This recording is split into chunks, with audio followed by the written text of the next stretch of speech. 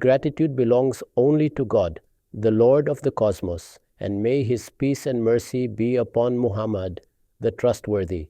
I seek refuge with God from the accursed devil, in the name of God, the most gracious, the ever merciful. Ladies and gentlemen, we begin this lecture with verse 96 of Surah Al Baqarah. This is part of the same section in which the Israelites are reminded of their past attitude toward God's prophets and God's law. Hence, when they now assert that they sincerely believe in their scriptures and their prophets, they fail to grasp how absurd this claim appears in the light of their own history. The Quran also exposes their inner state, laying their true thoughts before them. These attitudes that have surfaced could not have appeared unless their inner selves were already corrupted. The Almighty God pointed out that had their faith been genuine, and had they really believed that salvation belonged exclusively to them, then what prevented them from desiring death? Continuing this line of argument, the Quran reveals the importance they attach to worldly life. وَلَتَجِدَنَّهُمْ أَحْرَصَ النَّاسِ عَلَى حَيَاةٍ. And you will indeed find them the most covetous of all people for life. One type of person desires the life after death. He lives in the hope of meeting the Almighty God. Such a person believes in God and His prophets, follows divine guidance, and strives to purify himself. Such a person would naturally be eager to meet his Lord. This eagerness is found only in those who do not cling desperately to worldly life. But those who are attached to worldly life are precisely those who do not truly accept that accountability awaits them in belief and in practice in the hereafter. Thus the Quran says, وَمِنَ الَّذِينَ أَشْرَكُوا, even more so than those who commit shirk. The Israelites claimed belief in one God, in the chain of prophets, and in the revealed scriptures.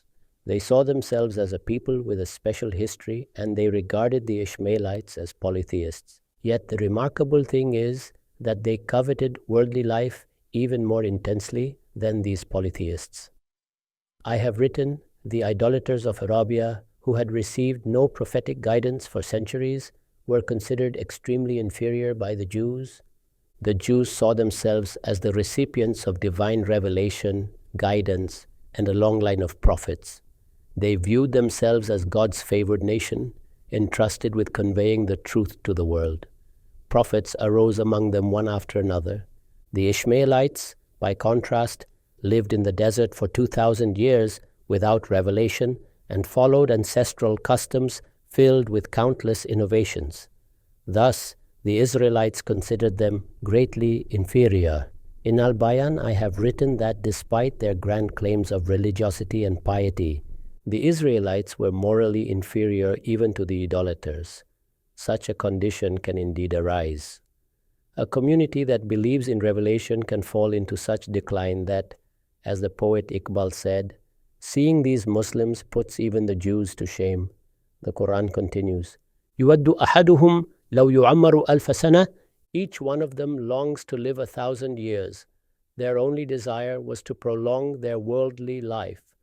But the Quran adds, وَمَا هُوَ بِمُزَحْزِحِهِ مِنَ الْعَذَابِ أَنْ يُعَمَّرَ. Yet even if his life were prolonged, it would not save him from God's punishment. وَاللَّهُ بَصِيرٌ بِمَا يَعْمَلُونَ. And God is seeing all that they do. What difference does 1,000 years make before God? Even if death is postponed, accountability is inevitable. If punishment is decreed, it will surely come. The phrase God is seeing implies the consequence of His seeing, namely, that He will certainly punish them for their deeds. It is like saying, we are watching all your mischief. The warning is implicit. Then the Quran continues, قُلْ مَنْ كَانَ عَدُوًّا لِجِبْرِيلَ. Say, whoever is an enemy to Gabriel. Their opposition to the Quran had reached the point where they began to treat Gabriel himself as an enemy. For the Quran was revealed to an Ishmaelite prophet. Their anger at the final messenger being from the line of Ishmael turned into hostility toward Gabriel. The Almighty God instructs the prophet to tell them, those who are enemies of Gabriel are, in reality, enemies of God. Showing hostility toward God's envoy is hostility toward God Himself. Just as being an enemy of a prophet is enmity toward God, so too is enmity toward the angel who brings revelation. Gabriel did not bring the Quran of his own accord. He came only with God's permission. They curse Gabriel without realizing that their objection is actually directed at God. The Quran says, فَإِنَّهُ نَزَّلَهُ عَلَى قَلْبِكَ بِإِذْنِ اللَّهِ. For he, by God's permission, has brought it down upon your heart. In explaining this, I have opened certain suppressed parts of the Quranic sentence. These are required by the literary style of the apodosis. The Quranic Arabic contains stylistic features no longer found in contemporary Urdu or English and thus requires expansion for clarity. The Quran then emphasizes that what Gabriel brought, he brought only by the command of God. فَإِنَّهُ نَزَّلَهُ عَلَى قَلْبِكَ بِإِذْنِ اللَّهِ مُصَدِّقًا لِمَا بَيْنَ يَدَيْهِ وَهُدًى وَبُشْرَى لِلْمُؤْمِنِينَ. That is, the Quran was revealed to your heart by God's permission as a confirmation of the earlier predictions already present with them and as guidance and glad tidings for those who believe. Hudan wa bushra lil mu'minin. Concerning the words, He has revealed it to your heart only by God's permission. Al-Bayan adds an explanatory note.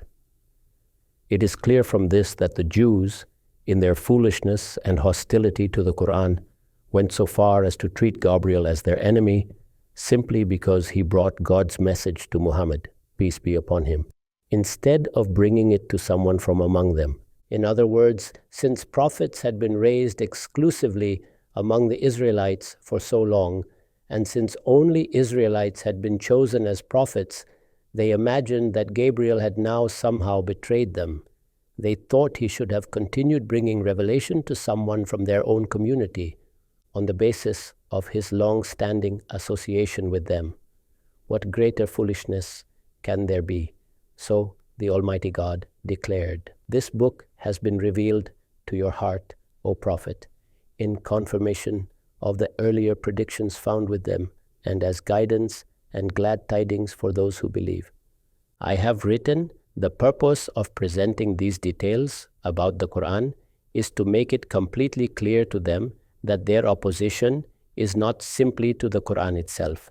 In reality, it amounts to opposing the Torah as well, for the Quran was revealed in accordance with the very predictions that the Torah contained." What exactly was revealed? A book whose predictions were before them all along, and in that sense it confirms the truth of those predictions.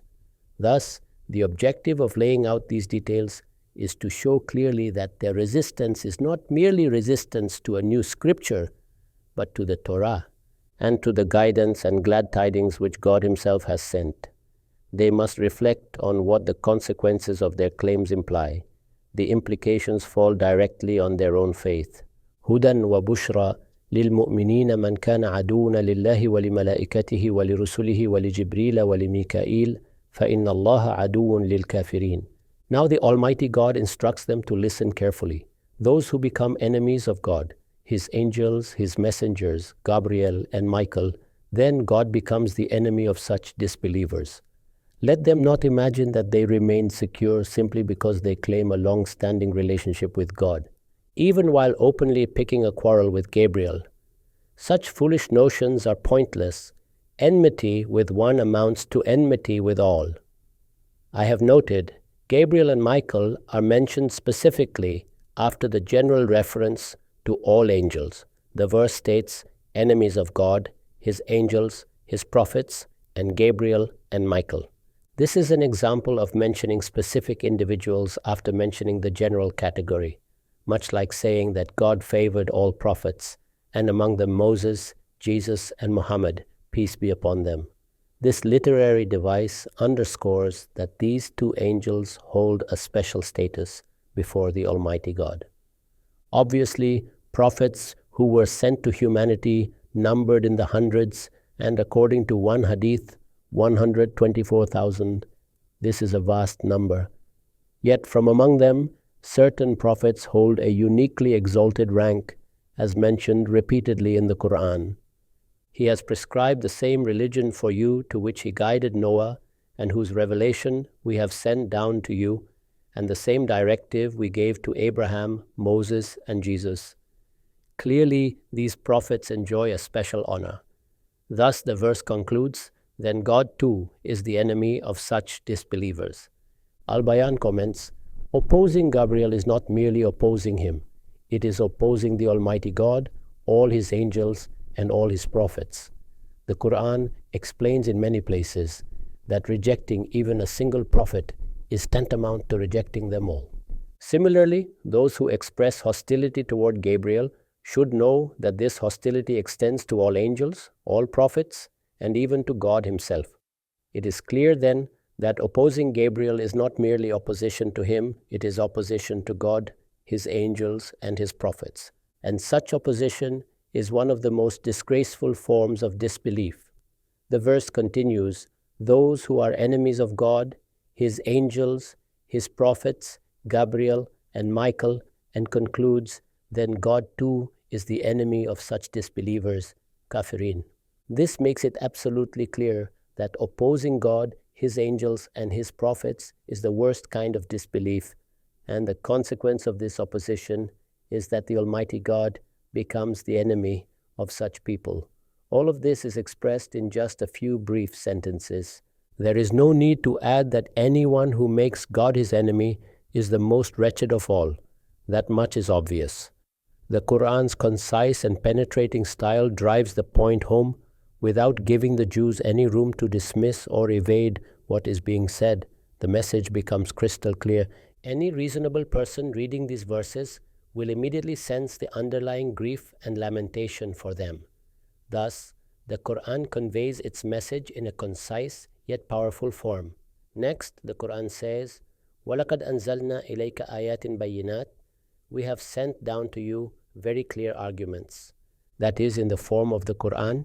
These words are addressed to the Prophet Muhammad, peace be upon him, and through this Quran, O Prophet, we have sent down to you very clear arguments. وَمَا يَكْفُرُ بِهَا إِلَّا الْفَاسِقُونَ.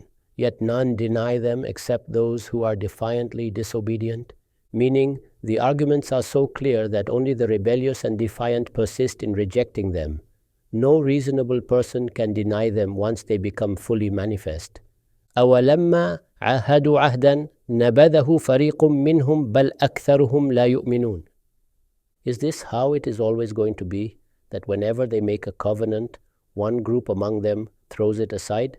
The entire Israelite nation was chosen by God. Therefore, even if one group breaks the covenant, the rest are obligated, and this is the law clearly stated in the Torah, to reprimand them, stop them, and call them to account. If they fail to do this, the entire community becomes guilty.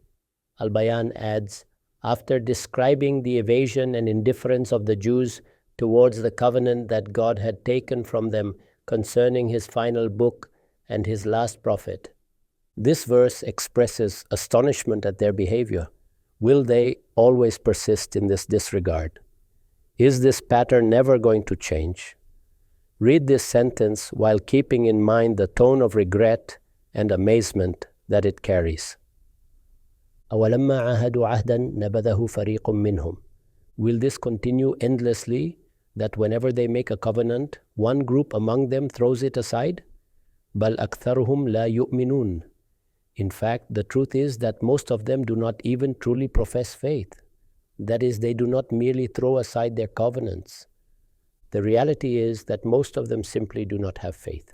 Real faith is absent within them. Outwardly, they proclaim themselves to be Muslims, the believers. But when one looks at them more closely, their attitudes show that inwardly no faith remains in them. وَلَمَّا جَاءَهُمْ رَسُولٌ مِّنْ عِنْدِ اللَّهِ مُصَدِّقٌ لِمَا مَعَهُمْ نَبَذَ فَرِيقٌ مِّنَ الَّذِينَ أُوتُوا الْكِتَابَ كِتَابَ اللَّهِ وَرَاءَ ظُهُورِهِمْ كَأَنَّهُمْ لَا يَعْلَمُونَ. And this is what happened now as well. Earlier the Almighty God asked, will this continue to happen? Now the matter is brought to the present situation, and this happened now also. What happened when a messenger from God, meaning Muhammad, peace be upon him, came to them? جاءهم رسول من عند الله. He came to them from God, مصدق لما معهم, confirming the predictions they already had with them. Then what happened? نَبَذَ فَرِيقٌ مِّنَ الَّذِينَ أُوتُوا الْكِتَابَ, a group from among those who were given the book, كِتَابُ اللَّهِ وَرَاءَ ظُهُورِهِمْ, through the book of God behind their backs, كَأَنَّهُمْ لَا يَعْلَمُونَ, as if they had no knowledge of it at all. Meaning, these people who were given the book, الَّذِينَ أُوتُوا الْكِتَابَ, when the message of that prophet reached them and the truth came before them, in confirmation of the prophecies they already knew, then these very people, the ones who had been given the book. The words are, those who were given the book. They should have welcomed this book, the Quran, on the basis of the earlier book, the Torah. But instead, those who were given the book through the book of God behind their backs as if they did not even know it. I have written, the implied meaning is that they displayed such indifference towards the predictions regarding the final prophet of God recorded in their own book, as though they had never even been aware of them. There can be no rebellion greater than this. The severity of God's wrath and the announcements of hell that we find in the Quran regarding the Israelites are not due to some minor sin or small mistake. And this is not the reason why God is speaking to them in such a wrathful tone. Not at all. One must understand the seriousness of their offense.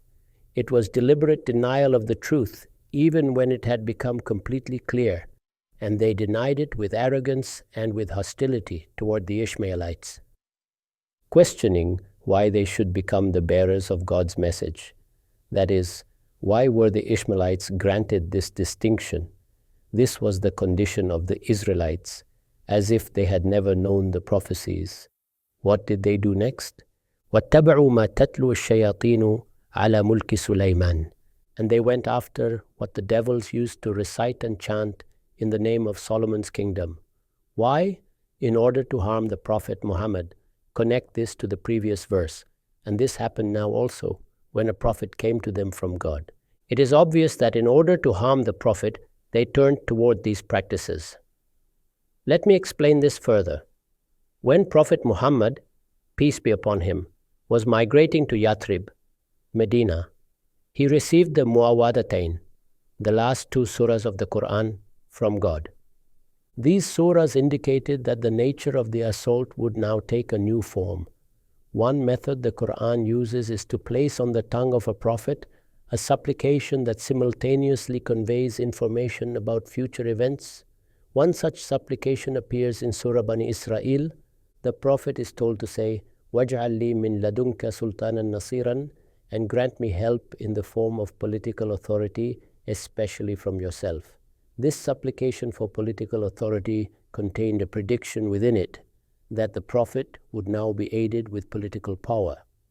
The Muawwadatain also indicated that the nature of the conflict was changing. The Jews were deeply involved in dark arts and witchcraft. Many experts in these practices were found among them, and they would frequently rely on such experts in pursuit of major objectives. When the Prophet Muhammad, peace be upon him, arrived in Yathrib and encountered this reality, and when the Jews realized that events were now slipping from their hands and that they were soon to be cast out by the Almighty God, the responsibility that had been placed upon them, and which had been a great honor for them, would no longer remain with them. The Almighty God had now chosen the Ishmaelites. Thus they developed every sort of enmity toward them. Above all, they targeted the person of the Prophet Muhammad, peace be upon him. One must remember that when someone feels enmity toward a person, he does not confine himself to scholarly argumentation with evidence. Such an approach is possible only so long as no inner hostility exists and the matter is purely academic. A person's attitude reveals where he is coming from. The Quran cites various objections they raised. By looking at those objections, one can immediately see the standpoint from which they spoke. The Israelites had developed strong feelings of hostility. In such a state, they were always ready to hatch conspiracies.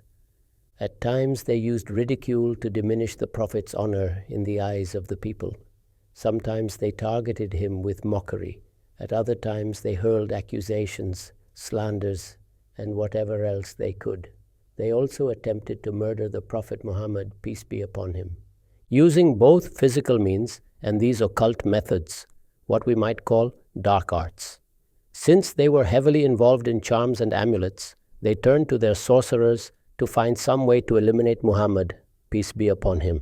Here, the Quran alludes to this very effort of theirs, and in order to harm the Prophet, that is, when the Prophet came to them confirming the predictions they had with them, a group among those who were given the book threw the book of God behind their backs as if they did not even know it, and in order to harm the Prophet.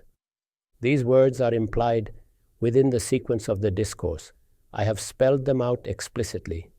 They turned instead to this, وَاتَّبَعُوا مَا تَتْلُوَ الشَّيَاطِينُ عَلَى مُلْكِ سُلَيْمَانَ. They went after what the devils recite and chant in the name of Solomon's kingdom. Al-Bayan contains a few marginal notes here. Regarding the words, and in order to harm the Prophet, went after what the devils recite and chant.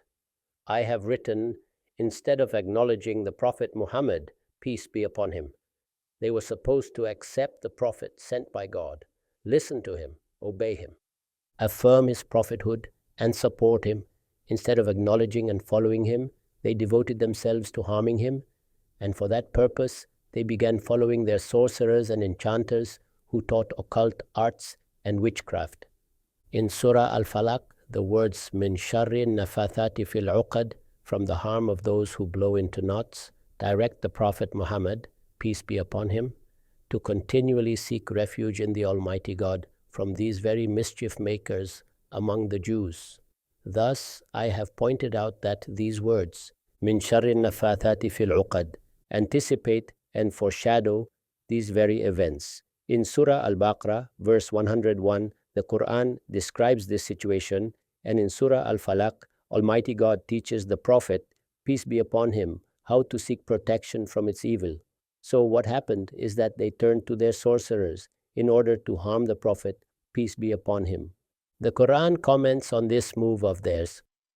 Secondly, regarding the words, in the name of Solomon's kingdom, Tatlu ash-shayatinu ala mulki Sulaiman, we face some challenges in the sentence structure, so please listen carefully, especially those who appreciate Arabic literary style. The actual wording is ala mulki Sulaiman. This is an example of tazmin. Thus, the implied meaning is muftarina ala mulki Sulaiman, fabricating lies in the name of Solomon's kingdom. This shows that just as people today involved in sorcery and occult practices invoke the name of Solomon, peace be upon him, as their origin or authority, the Jews of that time also associated these satanic arts with him. In other words, certain deceptive formulas, special skills, magical techniques, charms, and amulets, all of these were linked by them to the era of King Solomon. The probable reason is that the devils among the jinn were made subservient to Solomon, peace be upon him. This is explicitly mentioned in the Quran.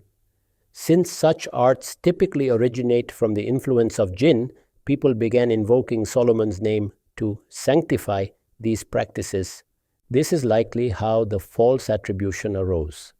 Otherwise, what connection could Prophet Solomon ever have had with such things? God's prophets do not engage in such practices. Here, the Quran mentions their latest attempt to harm the Prophet, peace be upon him, by resorting to sorcery. It also notes that the Jews falsely attributed these practices to Solomon, peace be upon him. Further ahead, the Quran mentions the true origin of these practices, completely clearing Solomon's name. Again, وَاتَّبَعُوا مَا تَتْلُو الشَّيَاطِينُ عَلَى مُلْكِ سُلَيْمَانَ. And they went after what the devils recite and chant in the name of Solomon's kingdom. From this, it is understood that these people attributed such chants and spells to Solomon. Connecting this point, the Almighty God declares, وَمَا كَفَرَ سُلَيْمَانُ, whereas Solomon was never guilty of disbelief. The implication is that involvement in such practices, because of their inherent nature, leads to disbelief. How then could Solomon ever have been involved? This is a categorical negation. وَمَا كَفَرَ سُلَيْمَانُ, whereas Solomon was never guilty of disbelief, وَلَكِنَّ الشَّيَاطِينَ كَفَرُوا. In fact, the devils were guilty of disbelief. يُعَلِّمُونَ النَّاسَ السِّحْرَ. they taught people witchcraft. The meaning is that certain devils here, meaning deviant humans, taught such things. These are people who rebelled against Almighty God and immersed themselves in these arts. The Quran is commenting on them. Al-Bayan adds another note on the sentence structure. In fact, the words وَمَا كَفَرَ سُلَيْمَانُ up to يُعَلِّمُونَ النَّاسَ السِّحْرَ form a parenthetical sentence. It is inserted into the discourse to absolve Prophet Solomon, peace be upon him, of the accusations hurled by the Jews, as if the speaker finds the allegation so repugnant that he interrupts the sentence to refute it immediately. In reality, the sentence would have read continuously as, they went after what the devils recite in the name of Solomon's kingdom, and after what was revealed to the two angels, Harut and Marut, in Babylon. This would have been the complete structure. But at the mention of Solomon, the discourse is interrupted. مَا تَتْلُو الشَّيَاطِينُ عَلَى مُلْكِ سُلَيْمَانَ, and immediately the Quran negates the allegation. Hence my explanation, it is a parenthetical insertion meant solely to clear Solomon, peace be upon him, showing the intensity of the refutation. Moreover, a little reflection shows that the way this refutation is phrased indicates that indulging in witchcraft is an established form of disbelief. When the Quran says, وَمَا كَفَرَ سُلَيْمَانُ, whereas Solomon was never guilty of disbelief, it becomes obvious that the sorcery they speak of is outright kufr. It amounts to rejecting Almighty God and rebelling against Him. This witchcraft is tied to practices invented by devils, and God issues His judgment on these practices while exonerating Solomon. يُعَلِّمُونَ النَّاسَ السِّحْرَ. The parenthetical sentence ends here. After this, the Quran explains that they were not only involved in witchcraft, there was another discipline among them, what we would today call spiritual sciences.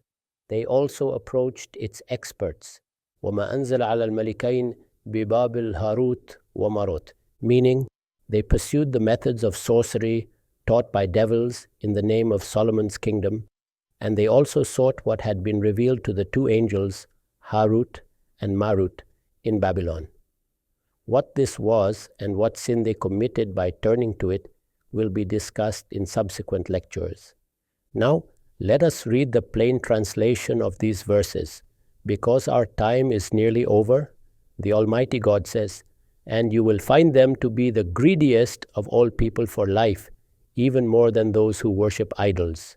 Each one of them desires to live 1,000 years.